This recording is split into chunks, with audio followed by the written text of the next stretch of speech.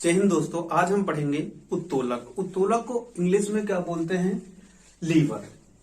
Liver क्या होता है, सबसे पहले हमें ये समझना है। हमारे दैनिक जीवन में बहुत सारी चीजें उत्तोलक के रूप में प्रयोग की जाती हैं, जिनको हम समझ नहीं पाते हैं कि वो कैसे है और किस श्रेणी का उत्तोलक है। क्वेश्चन इसमें ये पूछा जाता है, उदाहरण दिए जाते हैं, कोई एग्जाम्पल दिया जाता है और पूछा जाता है कि ये किस श्रेणी का उत्तोलक है।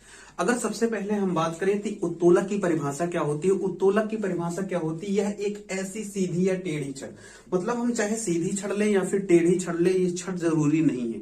क्या करें, उसके किसी एक फिक्स पॉइंट के परिता, कोई भी एक फिक्स पॉइंट, जैसे ये एक बिल्कुल सीधा है, सीधा है, इसका एक फिक्स पॉइंट हमने यहां पर मान लिया। यहां पर मानेंगे क्या, इसके चारों ओर परिता इसको हम आसानी से घुमा सकते हैं। यही चीज क्या कहलाती है? उत्तोलक कहलाती है। यही उत्तोलक की परिभाषा होती है।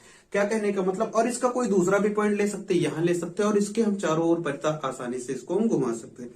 कोई भी एक पॉइंट लें, सीधी या टेढ़ी छड़ हो, और उसके चारों ओर परिता उसको हम क्या करें, घुमा सके, वो क्या कहलाएगी? उत्तोलक कहलाएगी।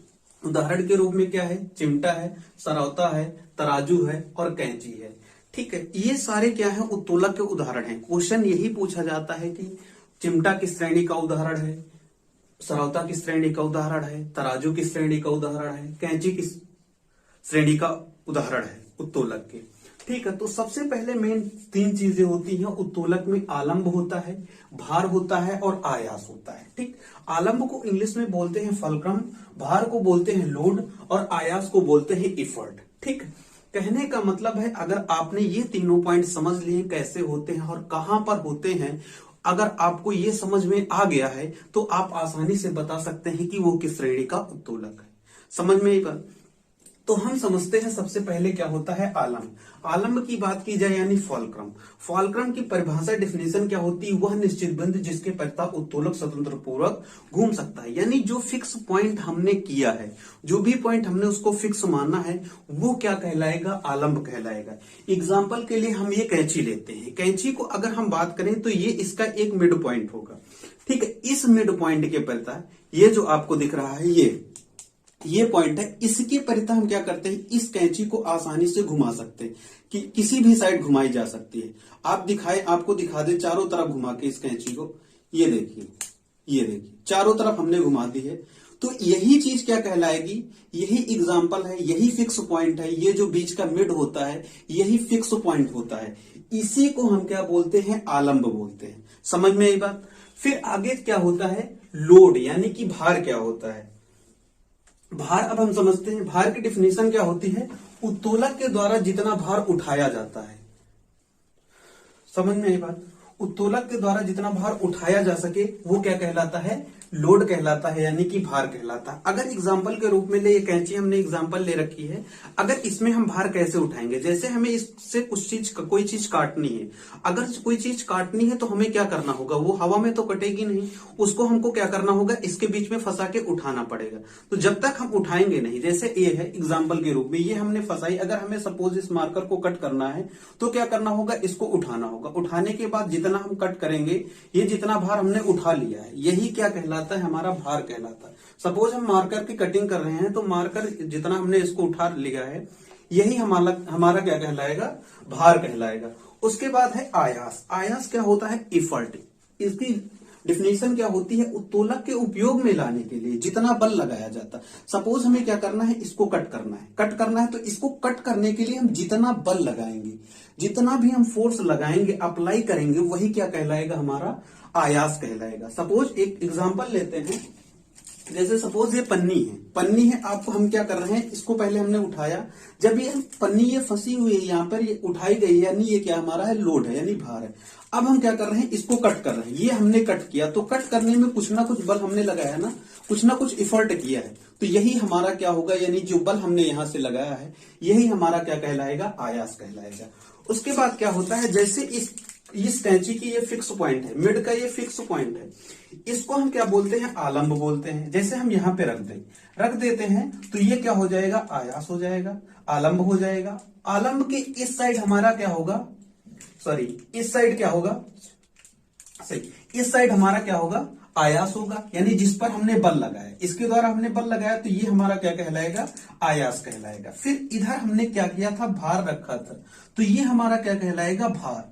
और ये इस आलंब से जितनी इस साइड की भुजा होगी, किस साइड की, आयास साइड की भुजा होगी, मिड पॉइंट से आयास से जितनी भी भुजा होगी ये क्या कहलाएगी, आयास भुजा कहलाएगी। क्या कहलाएगी, यानी कि इस मिड पॉइंट से ये जो आपको दिख रहा है, इसके जो इस साइड की भुजा होगी, यहां से लेके यहां तक की, ये क्या कहलाएगी, आयास भुजा। और इस साइड, जिस साइड हमने भार रखा था, या फिर जो कट करने के लिए हमने यूज किया था, तो इसको हम क्या बोलेंगे, भार भुजा बोलेंगे। समझ में ही बात। आयास क्या होता है, आलंब क्या होता है और भार क्या होता है, ये चीजें बिल्कुल आई थिंक क्लियर हो गई होंगी।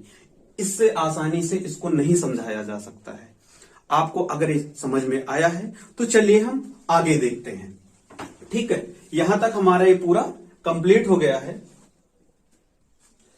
आगे हम देखते हैं कि जो उत्तोलक है, उत्तोलक जो है आघूर्ण के सिद्धांत पर कार्य करता है। मोस्ट इंपॉर्टेंट क्वेश्चन क्या है, क्वेश्चन ये भी पूछा जाता है कि उत्तोलक किस सिद्धांत पर कार्य करता है। तो उत्तोलक जो किस सिद्धांत पर कार्य करता है, आघूर्ण के सिद्धांत पर कार्य करता है। समझ में आई बात। इसके पहले हमने आपको क्या बताया था, जो आलंब होता है, आलंब से लेके यहां तक, यानी कि जो भार होता है, जिस साइड हम भार लगाते हैं वहां तक की दूरी क्या कहलाती है, भार भुजा कहलाती है। हमने बताई थी भार भुजा। फिर हमने बताया था कि आलंब से लेके आयास तक, आलंब से लेके जहां तक आयास है, तो टोटल वो क्या कहलाती है, आयास भुजा। जहां तक उसकी दूरी है आयास भुजा कहलाती है। समझ में आई बात। इसके पहले भी हमने ये बात बता दी है। अब हम समझते हैं कि ये किस प्रकार से कार्य करता है। ठीक है, इसका जो सूत्र होता है वो क्या होता है, आयास गुणे आयास भुजा बराबर भार गुणे भार भुजा। क्या होता है, आयास गुणे आयास भुजा बराबर भार गुणे भार भुजा। ये कैसे होता है ये हम समझते हैं। सपोज ये एक तराजू है, क्या है, तराजू है, इसकी यहां पर क्या लगी हुई है, डंडी लगी हुई है। ठीक है, यहां से हम क्या कर रहे हैं, वेट कर रहे हैं। एक तरफ हमने क्या रखा, भार रख दिया, और दूसरी तरफ क्या रख दिया, आयास रख दिया। अगर हम क्या करें, समझना, इस फार्मूले को समझना, ये फार्मूला किस प्रकार से बना हुआ है। ठीक है, अगर इस पर हम क्या करते हैं, भार लगाते हैं या ऐसे पकड़ते हैं, तो ठीक, अगर भार और आयास दोनों जब बराबर होंगे तो ये एक सुई होती है, यहां पे एक कांटा होता है। ठीक, सेम ऐसा ही, ये ऐसा। तो जब हम इसको पकड़ेंगे तो क्या हो जाएगा, ये बिल्कुल स्ट्रेट रहेगा। कब, जब भार और आयास दोनों चीज क्या होती हैं, इक्वल होती हैं। अगर जैसे ही हम क्या करते हैं, आयास को बढ़ाते हैं या फिर भार, दो में से जो भी कम होगा वो क्या करेगा, वो ऊपर की ओर जाएगा। किस साइड जाएगा, ऊपर की ओर जाएगा। ठीक है, अगर जैसे आयास कम हो जाता है तो ये किस साइड जाएगा, ऊपर की साइड जाएगा। ये बात समझ में, ऐसा होता है। लेकिन कभी कभी क्या होता है, जैसे हम लोगों ने देखा है कि जो पहले जो बनिया लोग थे वो क्या करते थे, वेट करने के लिए आते थे, तो वो क्या करते थे, हमेशा अपने तराजू को क्या करते थे, उनकी ये जो बैलेंसिंग थी वो यहां पे न रख के थोड़ा सा इधर कर लेते थे, या फिर थोड़ा सा पॉइंट डिसबैलेंस कर देते थे। और जिस साइड क्या होता था कि ये छड़ी कम करते थे, उसी साइड क्या करते थे, अपना भार रखते थे। ठीक है, तो वो क्यों रखते थे, उसका रीजन यही है, जब हमारी क्या होगी, भुजा कम होगी, भुजा क्या हो जाएगी, कम हो जाएगी, तो भार क्या होगा, ज्यादा होगा। भार क्या होगा, ज्यादा होगा।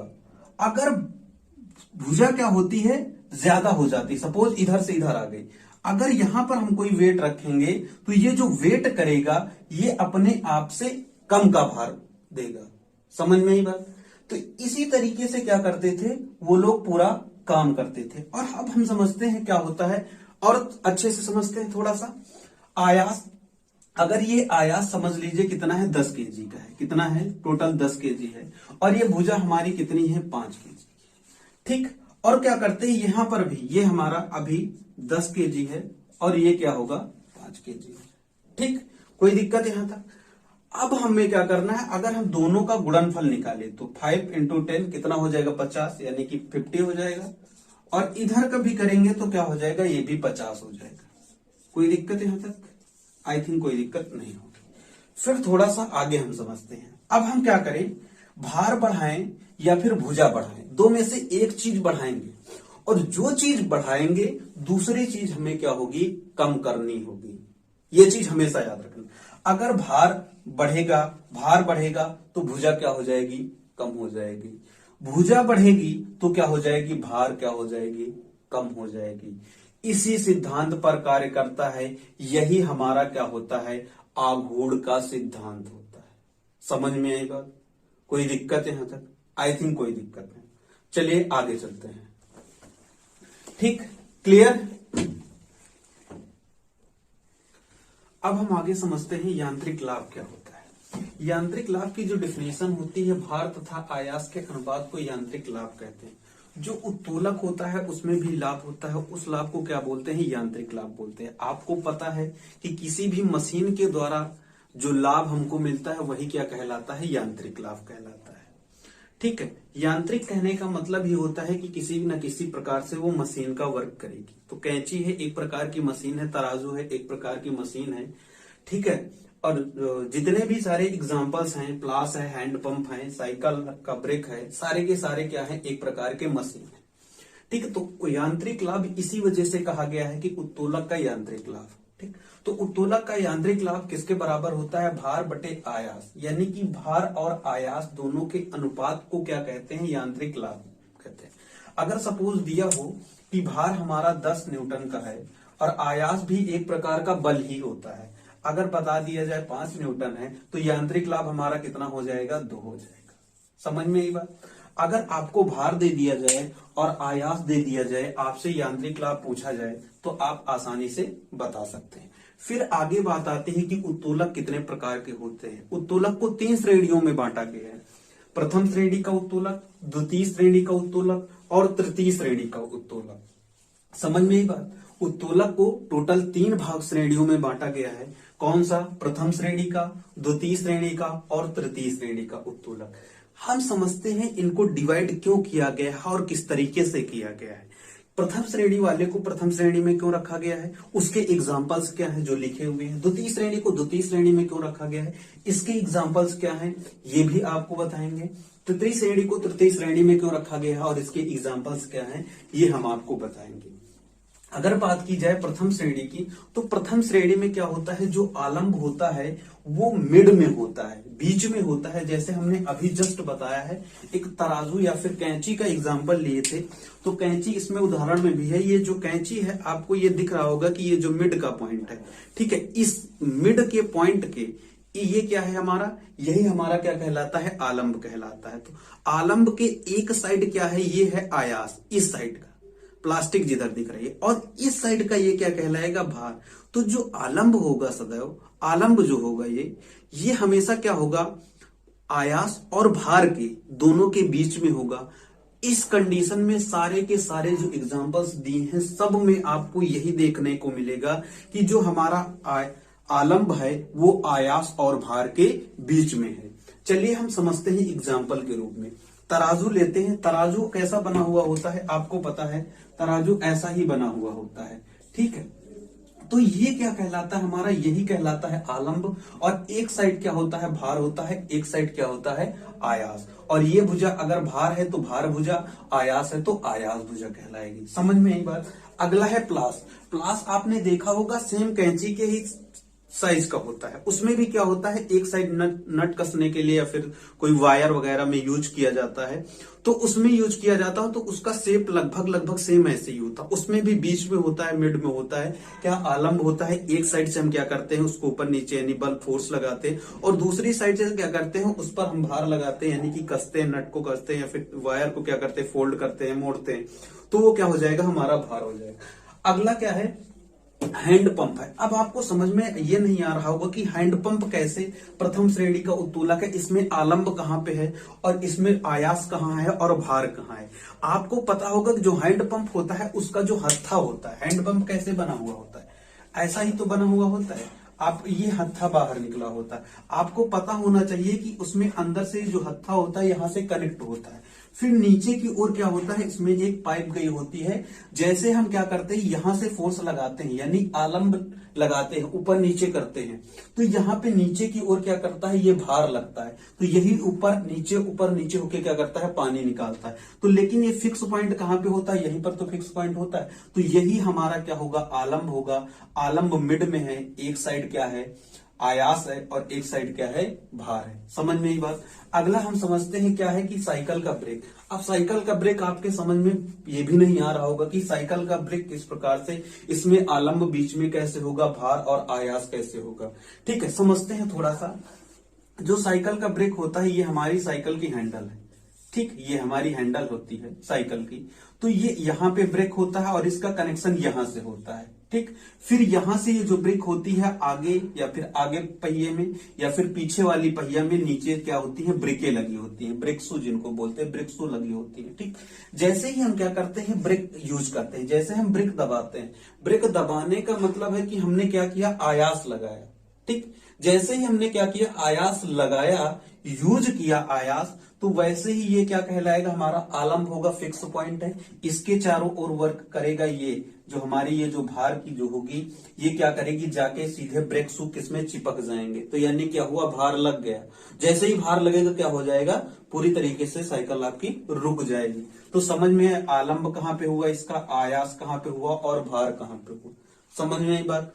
फिर अगला है द्वितीय श्रेणी का उत्तोलक। अगर हम द्वितीय श्रेणी के उत्तोलक की बात करते हैं, तो द्वितीय श्रेणी का जो उत्तोलक होता है, उसमें क्या होता है, भार जो होता है वो बीच में होता है, आलंब और आयास के बीचों बीच क्या होता है, भार होता है। समझ में एक बात। पहले में क्या हमने देखा कि जो आलंब होगा वो भार और आयास के बीच में होगा। अब दूसरे में हम क्या देख रहे हैं कि जो भार है, भार ही हमारा क्या है, वो आलंब और आयास के बीच में होगा। कैसे, थोड़ा सा समझते हैं। नींबू निचोड़ने की मशीन आपने देखा होगा, जो नींबू निचोड़ने की मशीन होती है वो कैसे होती है, अगर आपने देखा है तो उसका साइज कुछ ऐसा होता है। ठीक, ऐसा होता है, और इसमें एक ये जुड़ा हुआ होता है, फिर इसके ऊपर से ऐसा कुछ होता है समथिंग। ठीक, हमसे बिल्कुल सही तो नहीं बनेगी, लेकिन फिर भी काफी हद तक हमने बना दी। ठीक, ये यहाँ पे क्या रखेंगे, हम भार रखेंगे। आयास हम क्या करते हैं, जो भी बल लगाते हैं वही हमारा आयास होता है। हम क्या करते हैं, यहां से जैसे ही हम बल लगाते हैं, इसमें नींबू रखा हुआ है, जैसे ही लगाएंगे तो क्या होगा, उससे नीचे से क्या होता है, रस निकलना स्टार्ट हो जाता है, और ये किसके परितः घूमता है, ये हमारा क्या कहलाएगा, यही हमारा आलंब होगा। ये आलंब हुआ, ये भार हुआ, ये क्या हुआ, हमारा आयास हुआ। तो इसीलिए क्या होता है कि जो द्वितीय श्रेणी का उत्तोलक है उसमें भार क्या होता है, सदैव बीच में होता है, इसीलिए उदाहरण ये है। ठीक है, अगला है कूड़ा ढोने वाली गाड़ी। कूड़ा ढोने वाली गाड़ी, हमने क्या कहा कि आपको पहले तो ये पता होना चाहिए आलंब, आयास और भार की परिभाषा क्या होती है। हमने क्या बताया कि जिसके परितः हम घुमा सकें वो क्या कहलाएगा, आलंब कहलाएगा। जैसे नींबू निचोड़ने वाली मशीन है, हमने आलंब यहाँ पे लिया था, तो उसके परितः हम आगे पीछे उसको कर सकते हैं ना, वही होगा। और जितना बल लगाते हैं, जिस पर बल लगाते हैं, इस साइड था वो हमारा बल लगा रहे थे ना, तो वो क्या हुआ था, हमारा आयास हुआ। और जिस पर बल लगाते हैं, ठीक है, जिस पर बल लगाते हैं वो हमारा क्या कहलाएगा, भार कहलाएगा। समझ में एक बात। अगला है कूड़ा ढोने वाली गाड़ी। अगर एक पहिए वाली गाड़ी, कूड़ा ढोने वाली एक पहिए की जो गाड़ी होती है उसकी हम बात कर रहे हैं। अगर उसमें बात किया जाए, जो हमारी गाड़ी होती है लगभग इस शेप की होती है। ठीक, इसमें दो हत्थे लगे होते हैं, और यहां पर क्या होता है, एक पहिया लगी होती है। ठीक, ऐसे एक पहिया लगी होती है। तो इस पहिए के परितः हम क्या करते हैं, उसको ऐसे ही दोनों हाथों से पकड़ ले, चाहे जिस साइड हम चाहे तो उसको घुमा सकते हैं, कोई दिक्कत है। तो जब हम घुमा सकते हैं तो यही हमारा क्या कहलाएगा, क्या कहलाएगा, आलंब कहलाएगा। आलंब अगर यही कहलाएगा तो फिर उसके बाद है, अगर जैसे इसमें हमने क्या किया, कूड़ा रख दिया, अब ये तो मिड में हो गया, ये पहिया अधिक ज्यादातर आगे ही होती है, बिल्कुल सबसे आगे होती है, ये इससे हटके बीच में ये क्या रखा हुआ, कूड़ा रखा हुआ है। इसको हमें ले जाना है तो भार कहां से लगाना पड़ेगा, पीछे से लगाना पड़ेगा, यानी ये हमारा क्या कहलाएगा, आलंब कहलाएगा, आयास कहलाएगा, आयास कहलाएगा। ये आलंब हुआ और बीच में क्या हुआ, भार हुआ। समझ में एक बात। तो हमेशा याद रखना कि प्रथम श्रेणी में क्या होगा, आलंब बीच में होगा किसके, भार और आयास के। कैसे हुआ समझ में आ गया। द्वितीय श्रेणी में क्या हुआ, जो भार है वो आलंब और आयास के बिल्कुल बीचों बीच होगा। समझ में आया। अब हम चलते हैं तृतीय श्रेणी के उत्तोलक में। तृतीय श्रेणी के उत्तोलक की अगर हम बात करें तो इसमें क्या होता है, जो आयास हमारा होता है वो आलंब और भार के कहां पे होता है, बीचों बीच होता है। यानी कि हम जिस पर बल लगाते हैं, ठीक है, वो कहां पे होगा, बीच में होगा। और हम बल किस पर लगाएंगे, आलंब के जिसके हम परितः उसको घुमा सकते हैं, और जो भार होगा जिस पर हम बल लगाएं, जिसके द्वारा हम बल लगाएंगे। तो सबसे पहला उदाहरण है चिमटा। अगर हम चिमटे की बात करते हैं तो चिमटा क्या होता है, हम देखते हैं उसका शेप बिल्कुल कैसे होता है, ऐसा होता है। ऐसा ही तो होता है, ठीक है। थोड़ा सा बहुत अच्छा तो नहीं बना है, लेकिन थोड़ा सा प्रयास करते हैं, ठीक ठीक ऐसे होता है। ऐसा होता है हमारा क्या, चिमटा। हम क्या करते हैं, इस पर क्या करते हैं, पहली बात तो क्या कहा गया कि आलंब एक साइड होगा, एक साइड भार होगा, ठीक है। जिसके परितः हम घुमा सकते हैं इसको, इसके परितः हम आसानी से घुमा सकते हैं। नहीं समझ में आ रहा, उसमें बीच में उंगली डालिए, चिमटा में आप घुमाइए, चारों तरफ घूमेगा आसानी से, ठीक। तो वही हमारा क्या कहलाएगा, आलंब कहलाएगा। यानी इसके परितः हम क्या कर सकते हैं, चारों ओर आसानी से घुमा सकते हैं, तो ये हमारा क्या हो जाएगा, आलंब हो जाएगा, ठीक। फिर आगे हम समझते हैं कि आयास क्या होता है।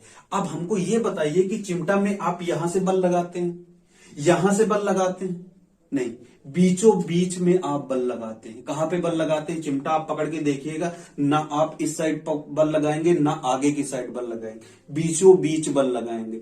जब बीचों बीच आप बल लगा रहे हैं, और बल किस पर लगाते हैं, आप रोटियां इससे सेकते हैं, तो रोटियां कहां पे पकड़ी जाती हैं, बिल्कुल एंड में पकड़ी जाती हैं। तो जब रोटियां यहां पे पकड़ी जाती हैं तो क्या हो जाएगा, यही हमारा क्या कहलाएगा, भार कहलाएगा। तो भार हमारा यहां पर हुआ, आलंब हमारा यहां पर हुआ, और बीच में हमने बल लगाया हाथों से, तो यहां पर क्या हो जाएगा, आयास हो जाएगा। समझ में आया कैसे ये तृतीय श्रेणी का उत्तोलक हुआ। अगला है मनुष्य का हाथ कोहनी सहित। ये जो मनुष्य का हाथ है आपका, ये हाथ, ये कोहनी सहित, अगर आपने ये कोहनी नहीं ली तो ये तृतीय श्रेणी का उत्तोलक कभी भी नहीं हो सकता है। तो इसके लिए क्या करना होगा, आपको कोहनी लेना जरूरी है। तो कैसे कोहनी सहित समझते हैं थोड़ा सा।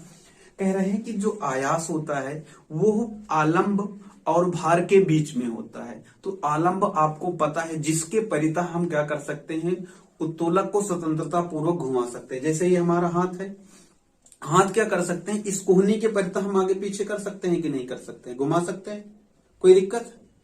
फिर क्या करते हैं, अगर आपको कोई चीज उठानी है तो आप कहां से उठाओगे, यहां से उठा लोगे या फिर यहां से उठा लोगे, ऐसा तो है नहीं। उठाने के लिए क्या करना होगा, आपको हाथ का ही यूज करना होगा। यानी कि एक साइड क्या आ चुका है, भार आ चुका है, ठीक। और इस साइड ये हमारा क्या है, आलंब है। अब बीच में क्या होगा, आयास होगा। आयास कैसे होगा, थोड़ा सा समझना। अगर जैसे हम यहाँ पे आप फोर्स लगा के चेक कीजिए, फोर्स जब भी आप लगाएंगे तो आपको ऐसा लगेगा कि हम यहीं से बल लगा रहे हैं, यहां से बल लगा रहे हैं, ठीक है। आप चेक करके देखिए, तो इसी तरीके से क्या हो जाएगा, ये हमारा तृतीय श्रेणी का उत्तोलक हो जाएगा, मनुष्य का हाथ कोहनी सहित। आगे अब हम थोड़ा सा समझते हैं, हम क्या समझते हैं कि जो यांत्रिक लाभ होता है वो प्रथम श्रेणी के लिए कितना हो सकता है, द्वितीय श्रेणी के लिए कितना हो सकता है, और तृतीय श्रेणी के लिए कितना हो सकता है। सबसे पहले हम यही समझेंगे, ठीक है। अगर हम बात करें यहां पर, तो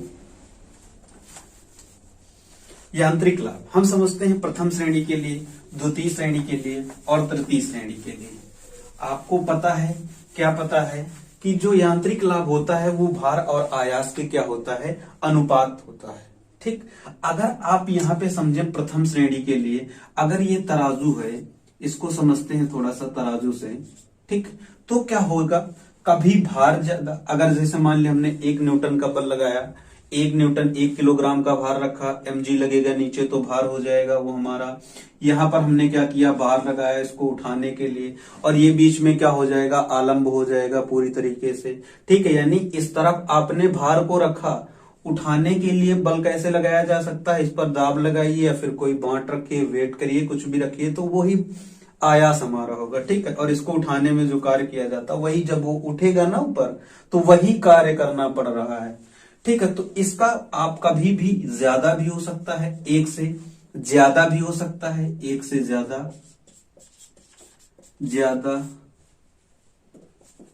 एक से कम भी हो सकता है, कभी कम, और एक के बराबर भी हो सकता है, एक के बराबर। समझते हैं कैसे एक के बराबर होगा, एक से ज्यादा कैसे होगा और एक से कम होगा।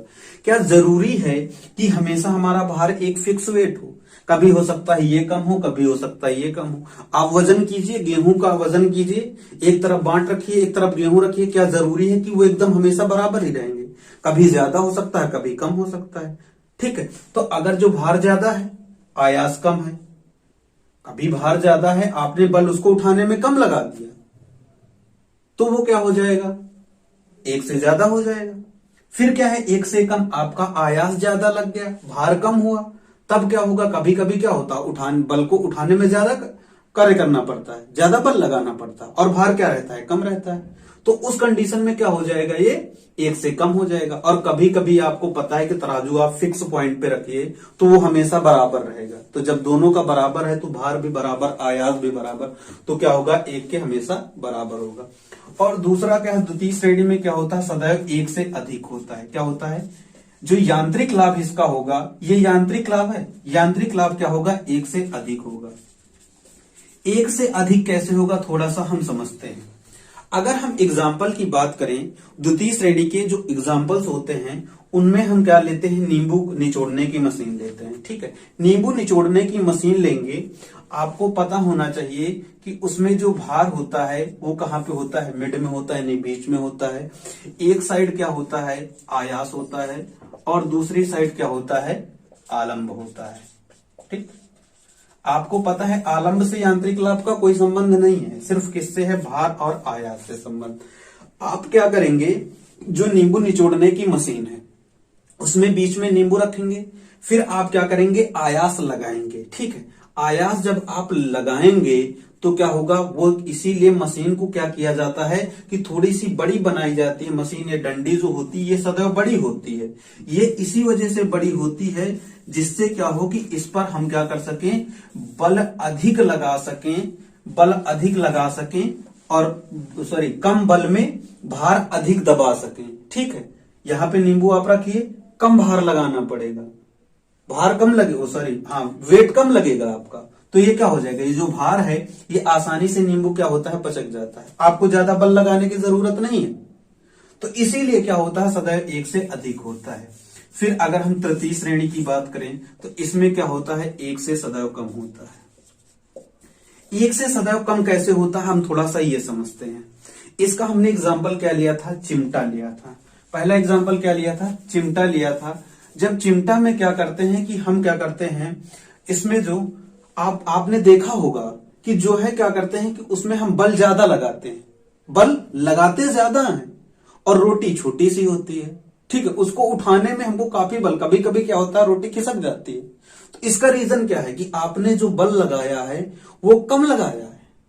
बल आप ज्यादा लगाएंगे लेकिन आप भार कम उठा पाएंगे, बल ज्यादा भार कम, तो ये आयास यानी ज्यादा होगा। जो लगाया गया बल वही आयास कहलाता है। तो इस अकॉर्डिंग क्या हो जाएगी? आयास हो जाएगा। आयास जब ज्यादा होगा, भार कम होगा, तो सदैव उसका मान क्या होगा? एक से कम होगा।